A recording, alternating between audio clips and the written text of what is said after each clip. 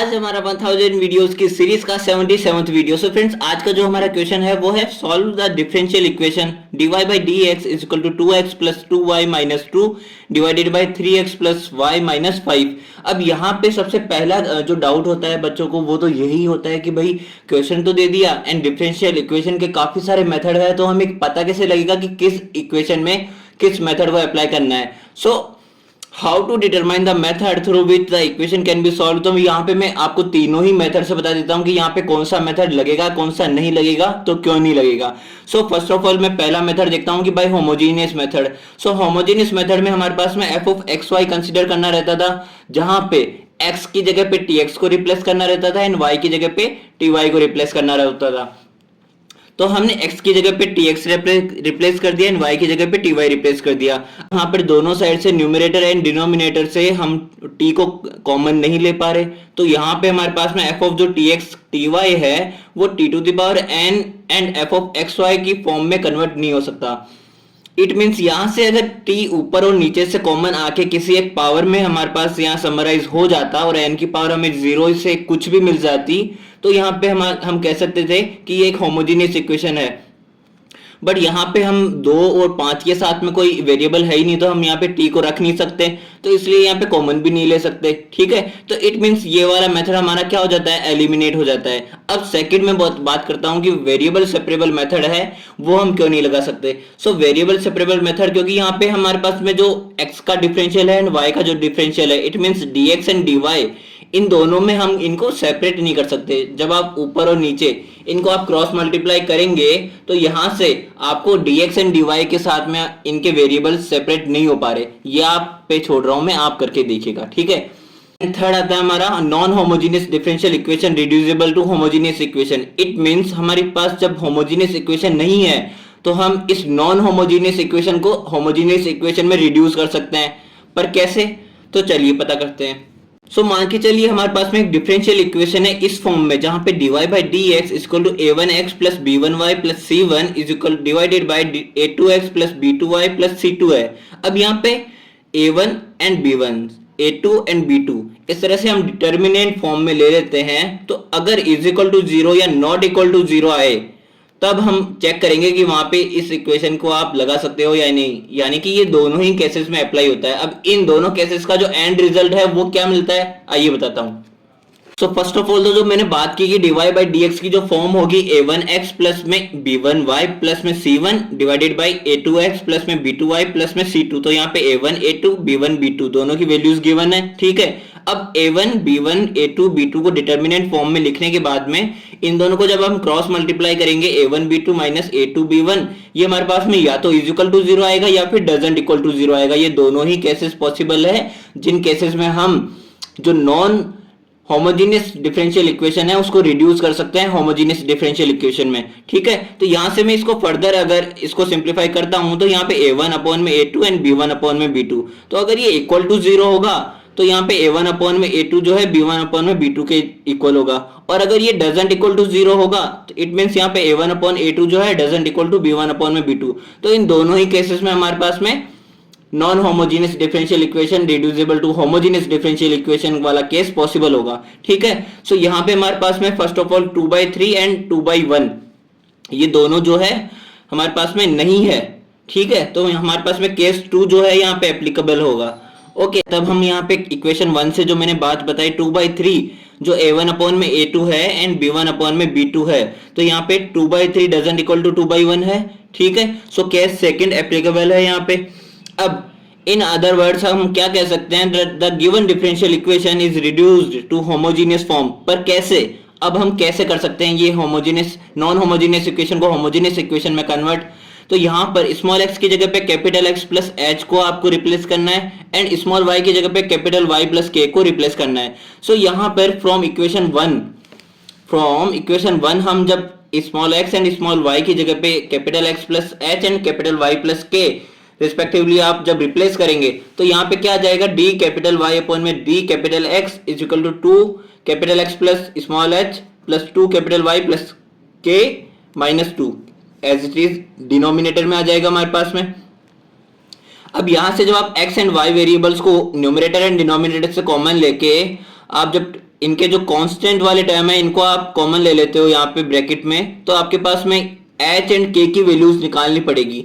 मैं यहाँ पे एच एंड के की वैल्यूज क्यों निकाल रहा हूँ, क्योंकि जब आप यहाँ पे एक ऐसे फॉर्म में कन्वर्ट कर दोगे आप इसको कि यहाँ पे ऊपर जीरो बन जाए, ये वाला पूरा जीरो हो जाए, ये वाला भी पूरा जीरो हो जाए, तो यहाँ पे T X and T Y, it mean यहाँ से टी कॉमन आ सकता है एंड यहाँ से भी टी कॉमन आ सकता है। तो जब आपके पास में कांस्टेंट टर्म बचेगा ही नहीं तो आपके पास में क्या हो जाएगा, ये एक होमोजेनियस इक्वेशन में कन्वर्ट हो जाएगा। तो इट मींस यहाँ पे एच एंड के की वैल्यूज आपको डिटरमाइन करनी पड़ेगी जिनके लिए ये इक्वेशन में जीरो हो जाए। ठीक है, सो 2h प्लस में 2 के माइनस 2 ऊपर वाली जो है एंड 3h प्लस के माइनस 5 जो डिनोमिनेटर में है। तो यहां से रिडक्शन फॉर्मूला आप लगा सकते हो, रिडक्शन मेथड जो क्या होता है 2h प्लस 2 के इक्वल टू, आप इसको सिंप्लीफाई करेंगे तो यहाँ पे h प्लस के इक्वल टू 1 आ जाएगा। ओके, एंड 3h प्लस के इक्वल टू 5 जब है आपके पास में एंड 3h प्लस के इक्वल टू 5 है, तो यहां से आपको इन दोनों में से किसी एक वेरिएबल के कोफिशिएंट को कॉमन करना होगा। सो यहां से मैं इस पूरी इक्वेशन को 3 से मल्टीप्लाई कर देता हूं h के कोफिशिएंट को कॉमन करने के लिए। सो यहां से h के कोफिशिएंट को मैंने कॉमन करके अगेन लिख दिया। अब देखिए यहां से मेरे पास में जब मैं इनको माइनस करूंगा तो यहाँ पे साइन माइनस हो जाएगा, इनका सभी का ऑपोजिट हो जाएगा साइन, तो ये वाला टर्म मेरे पास कैंसिल आउट हो जाएगा, 3k माइनस के 2k आ जाएगा एंड 3 माइनस 5 माइनस का 2 आ जाएगा। यहां से मेरे पास में k की वैल्यू क्या मिलेगी, माइनस का 1। अब k की वैल्यू जो मिली मुझे, ये इनमें से किसी भी एक इक्वेशन में रखेंगे आप तो h की वैल्यू आ जाएगी। सो मैं यहाँ पे h प्लस के इक्वल टू 1 जो है इसमें मैं k की वैल्यू रखता हूँ। ठीक है, k इक्वल टू माइनस 1, तो इस साइड जाएगा तो यहाँ पे प्लस 1 हो जाएगा, तो इट मींस h की वैल्यू क्या मिल जाएगी 2। सो h की वैल्यू 2 मिल गई एंड k की वैल्यू माइनस 1 मिल गई। तो यहाँ से मैं इक्वेशन 3 से जब इन h एंड k की वैल्यूज को इक्वेशन 2 में पुट करता हूँ तो मेरे पास में ये पूरा दोनों टर्म जो है न्यूमरेटर एंड डिनोमिनेटर में ये जीरो हो जाएंगे। आइए बताता हूँ कैसे। आगे मैंने कहा कि putting values from equation 3 to equation 2, यहाँ पे मेरे पास में h और k की वैल्यूज हमने रख दी, तो मेरे पास में ये पूरा जब आप सॉल्व करके देखेंगे तो यहाँ पे 2x प्लस में 2y रिमेनिंग रह जाएगा एंड 3x प्लस में कैपिटल Y रिमेनिंग रह जाएगा। तो यहाँ पे it is converted into A zeroth order of homogeneous differential equation. यहाँ पे जैसा कि मैंने कहा था x की जगह पे tx एंड y की जगह पे ty, x की जगह पे tx एंड y की जगह पे ty पुट करोगे आप, तो यहाँ पे t की जो a की पावर है तो दोनों तरफ से कैंसिल आउट हो सकती है, it means t to the power 0 and f of x y में कॉमन है, ये कन्वर्ट हो जाएगा। ठीक है, तो इट मींस ये जीरोथ ऑर्डर की होमोजेनियस डिफरेंशियल इक्वेशन है। अब ये जब होमोजेनियस डिफरेंशियल इक्वेशन में कन्वर्ट हो चुकी है फाइनली, तो आप इसमें क्या लगा सकते हो, होमोजेनियस डिफरेंशियल इक्वेशन वाला मेथड। सो होमोजेनियस डिफरेंशियल इक्वेशन का जो हमारा मेथड था उसमें हम जैसा कि होमोजेनियस इक्वेशन के मेथड में करते थे वहीं सेम फॉर्मूला अप्लाई करेंगे एंड वही सब चीजें करेंगे। ओके, सो यहाँ पर आप कैपिटल Y को Vx पुट करोगे, तो यहाँ पे बहुत साइड जब हम डिफरेंशिएट करेंगे विथ रेस्पेक्ट टू x तो यहाँ पे dy बाई dx आ जाएगा LHS में, एंड जब RHS में आप x को जो v को आप एज ए कांस्टेंट रखेंगे एंड x का डिफरेंशिएशन करेंगे x के रेस्पेक्ट में तो 1 हो जाएगा, एंड जब x को कांस्टेंट पुट करें, x को कांस्टेंट रखेंगे एंड v का जो है डिफरेंशिएशन x के रेस्पेक्ट में करेंगे तो dv बाई dx हो जाएगा। ओके, सो फ्रॉम इक्वेशन 5 जब हम इस वैल्यू को आप इक्वेशन 4 में रखेंगे तो आपके पास में क्या आ जाएगा, v plus X D V by D X, and जहां पे y था आपके पास में vx रख देना है। ठीक है, 2x प्लस में 2 vx, 3x प्लस में vx। अब यहाँ पे दोनों साइड ऊपर और नीचे से कैंसिल आउट हो जाएंगे x की टर्म। ठीक है, तो यहाँ से 2 प्लस 2v आ जाएगा and divided by 3 plus v आ जाएगा। अब ये जो LHS में आपके पास में टर्म था v, इसको मैं RHS में भेजता हूँ तो यहाँ पे माइनस v हो गया एंड आफ्टर LHS आपके पास में ये टर्म मिल जाएगा।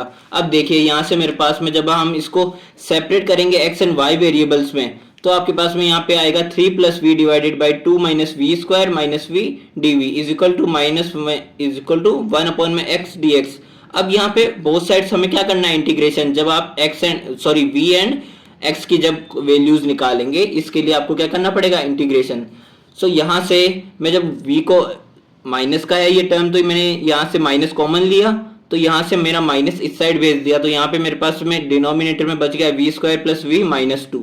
ठीक है, सो मेरे पास में फाइनली जो कन्वर्ट हुई इक्वेशन LHS एंड RHS में वो ये है फाइनली। अब इसमें हमें LHS का इंटीग्रेशन करना है एंड RHS का डिफरेंस इंटीग्रेशन करना है। सो LHS का जब आप इंटीग्रेशन करेंगे तो आपको डिनोमिनेटर में एक क्वाड्रेटिक इक्वेशन गिवन है। सो क्वाड्रेटिक इक्वेशन के आपको फैक्टर्स निकालने हैं फर्स्ट ऑफ ऑल, जो कि कैसे निकालते हैं हम, V square plus V minus 2 है। अब यहाँ पे आपको इस v के फैक्टर्स को इस तरह से करना है कि आपको जब इसका सम करना पड़े, दो फैक्टर्स का सम करना पड़े तो ये वाला टर्म मिल जाए, एंड जब इनको मल्टीप्लाई करना रहे तो आपके पास में इसको इन दोनों के मल्टीप्लिकेशन के इक्वल आए। इट मीन्स यहाँ पे इस v को इस तरह से दो भागों में आपको तोड़ना है कि यहाँ से जब उन दोनों भागों को आप मल्टीप्लाई करो तो माइनस का 2v² आए, एंड जब आप उनको सम करो तो प्लस का v आए। तो यहाँ पे प्लस का 2v एंड माइनस का v, इनको आप जब सम करेंगे तो आपके पास में प्लस का v आएगा, एंड जब आप इनको मल्टीप्लाई करेंगे तो आपके पास में माइनस का 2v² आएगा। तो यहाँ से मैं v कॉमन लूंगा तो v-1 आ जाएगा, एंड प्लस का 2 कॉमन लूंगा तो v-1 आ जाएगा। अब ये v-1 जो टर्म है इसको मैंने कॉमन निकाल लिया, एंड v+2 मेरे पास आ गया। अब ये मैंने इस इक्वेशन में रख दिया। अब यहां से मुझे अगेन इसके पार्शियल फ्रैक्शन करने पड़ेंगे। सो पार्शियल फ्रैक्शन मेथड में हमारे पास में जो इक्वेशन है जिसका हमको इंटीग्रेशन करना है, इसको हम पार्शियल फ्रैक्शन मेथड करके ही इसका इंटीग्रेशन कर सकते हैं। सो मेरे पास में जो केस यहाँ पे बन रहा है वो क्या बन रहा है कि non repeated linear factors in denominator. Denominator में आपके पास में रिपीटेड नहीं है कोई सा भी टर्म, ठीक है, किसी के भी पावर यहाँ पे 1 से ज्यादा नहीं है, तो नॉन रिपीटेड लीनियर फैक्टर्स है, क्योंकि यहाँ पे इसकी पावर भी 1 है एंड इसकी पावर भी 1 है, एंड यहाँ पे इसकी पावर 1 है, इसलिए ये नॉन रिपीटेड है। सो यहाँ से इस केस में आपके पास में आ जाएगा a/v-1 dv प्लस में b/v+2। अब यहाँ से आपको a एंड b की वैल्यूज निकालने के बाद में आप इसका फर्दर इंटीग्रेशन कर सकते हो। सो यहाँ से मैं जब इनका LHS लेऊंगा तो यहाँ पे a multiplication v+2 plus b multiplication v-1 divided by v-1 and v+2 आ जाएगा। अब आपको दोनों साइड से डिनोमिनेटर तो कैंसिल आउट होता हुआ दिख रहा है। सो यहाँ से मेरे पास आ जाएगा 3 + v = a v+2 प्लस में b v-1। सो यहाँ से आपको फाइनली a एंड b की वैल्यूज को निकालना है। a एंड b जो आपके पास में इनके कोएफिशिएंट है, इनकी वैल्यूज निकालनी है। सो आप देखेंगे कि जब मैं v की वैल्यू को -2 रखता हूं तो मेरे पास में ये पूरा टर्म 0 हो रहा है, बट मेरे पास b की वैल्यू तो आ जाएगी। तो v की वैल्यू को जब मैंने -2 पुट किया तो यहाँ से तो ये पूरा टर्म 0 हो गया, एंड जब -2 -1 हुआ तो यहाँ पे मेरे पास में माइनस का 3 टर्म आ गया, एंड जब -2 यहाँ पे 3 में से हुआ तो यहाँ पे मेरे पास में 1 रिमेनिंग रह गया। सो यहाँ पे b की वैल्यू -1/3 आ गई। एज इट इज अगर मैं यहाँ पे b की वैल्यू में यहाँ पे v की वैल्यू जो है 1 रख देता हूँ तो ये पूरा टर्म जो मेरे पास 0 हो जाएगा, पर मेरे पास v की वैल्यू तो a की वैल्यू तो आ जाएगी ना, क्योंकि v की वैल्यू यहाँ पे 1 रख रहे हैं। तो v = 1 रखेंगे तो यहाँ पे a की वैल्यू क्या आ जाएगी 4/3। ओके, सो यहाँ पे मेरे पास में फाइनली जो इक्वेशन कन्वर्ट होके आई है इंटीग्रेशन की वो क्या आई है 3 + v divided by v-1 v+2।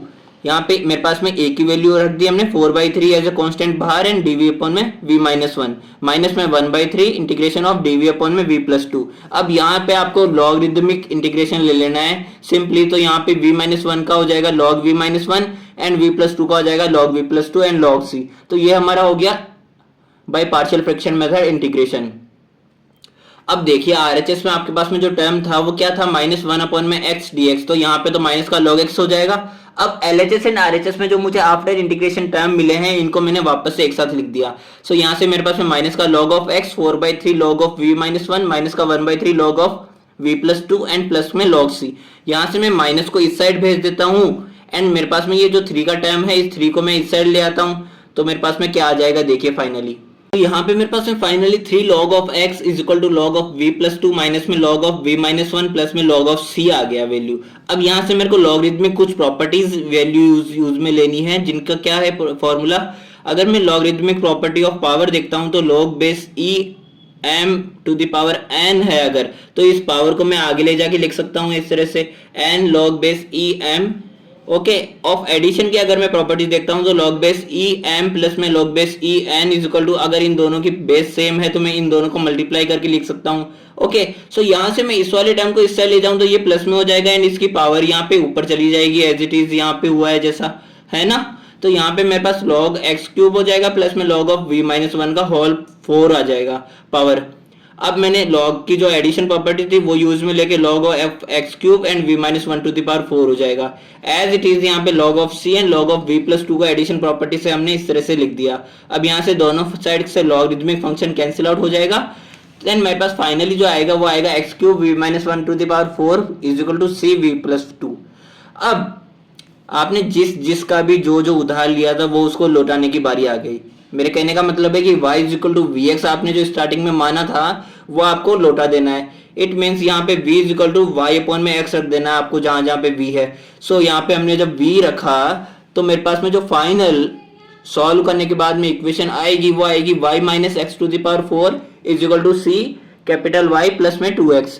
सो यहां से अगेन मेरे को capital X and capital Y को रिप्लेस करना रहेगा, क्योंकि मैंने स्मॉल x की जगह पे कैपिटल X प्लस h को इनिशियली मैंने रिगार्ड किया था एंड स्मॉल y को capital Y plus k let किया था। सो यहां से मेरे को कैपिटल X को रिप्लेस करना है स्मॉल x माइनस h से एंड कैपिटल Y को रिप्लेस करना है स्मॉल y माइनस k से, जहां पे h की वैल्यू मेरे पास में 2 आई थी एंड k की वैल्यू -1 आई थी। सो यहां से -1 जब मैं रखूंगा तो यहां पे +1 हो जाएगा। इट मींस मेरे को x की जगह पे रखना है x minus 2 and capital Y की जगह पे रखना है y प्लस 1। तो मैंने जब यहाँ पे रखा तो मेरे पास में आई ये इक्वेशन। पास में फाइनली जो इक्वेशन आई है वो आई है y माइनस एक्स प्लस में 3 to the whole power 4 is equal to C Y plus 2x minus 3। So दोस्तों ये था हमारा आज का क्वेश्चन।